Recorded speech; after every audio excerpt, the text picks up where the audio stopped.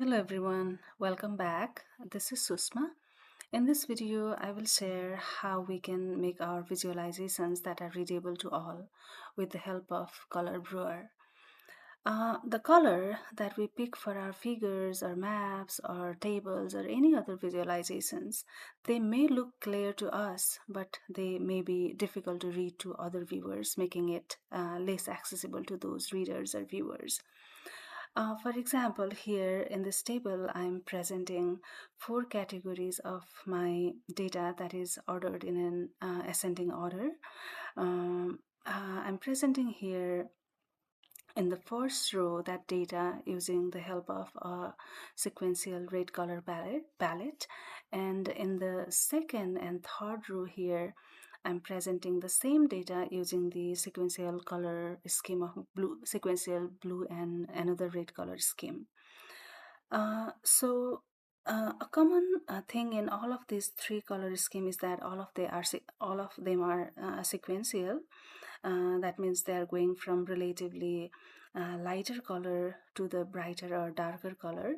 And our natural instinct is to connect the lighter color with low number or frequency, and the darker color with higher number or higher value. So all of these three color scheme are doing that job correctly. However, the color choice is affecting the readability of the first row here. So the first red color palette that I'm using here is not colorblind safe, whereas the blue and the another red color scheme that I have used here are colorblind safe. That means they are readable to all the readers.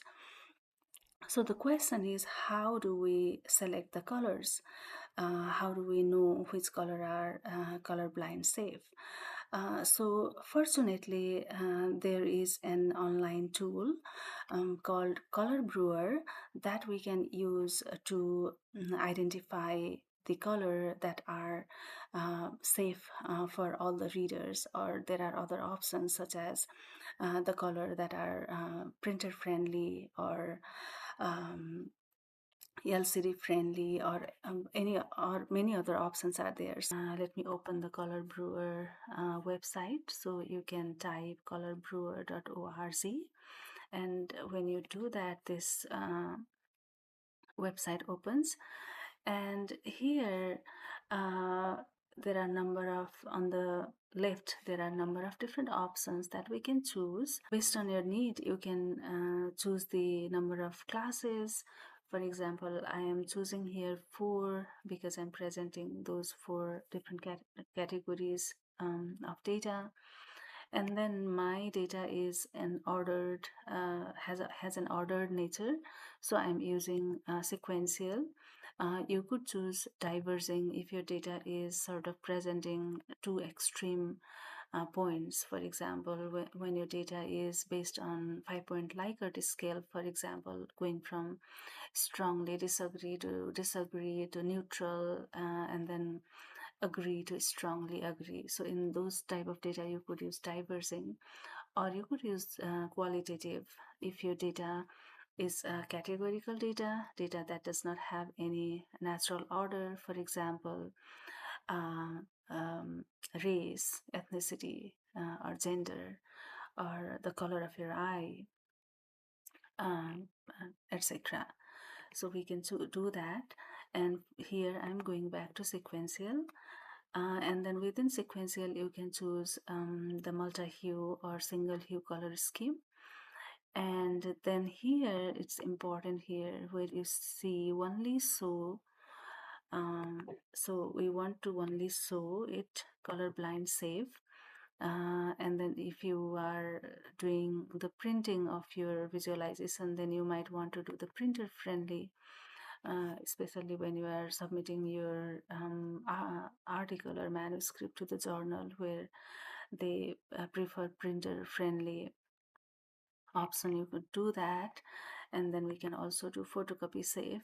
So when we click on most of these, we have a lesser number of choices, but still we do have choice. So for now, I'm doing just colorblind safe. And then here we have different other options. So for now, let me do the purple scheme, and then here you can see the eye-like sign. When you hover your mouse there, you see purple is colorblind friendly. So it says that it's a colorblind friendly choice. However, it's not photocopy friendly, and it's not LCD friendly, and it's not printer friendly. So if you need printer friendly, then you can choose the other option.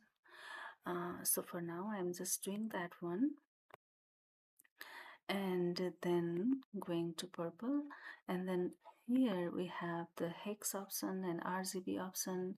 So hex and RGB are usually for the digital platform. So for computers, for our presentations, we could use RGB, and hex is for like web designing and all. However, most of the programs that we use, for example, Words or other Microsoft Word or other commonly used program, and our software, they take the hex code number also, and I find it easy to use the hex code compared to RGB, because with RGB you have to give three different numbers: R for red and green and blue. So we have three different number for each of these colors, so you have to choose all of these separately. I'll show you later. However, with the hex number, you have only one number that you need to copy. So I usually use hex number, and then there is CMYK, that is for the printer. So I'm not going to do that, so just let's do hex. And then now let me go back to my Word, and here the first value hex code is this.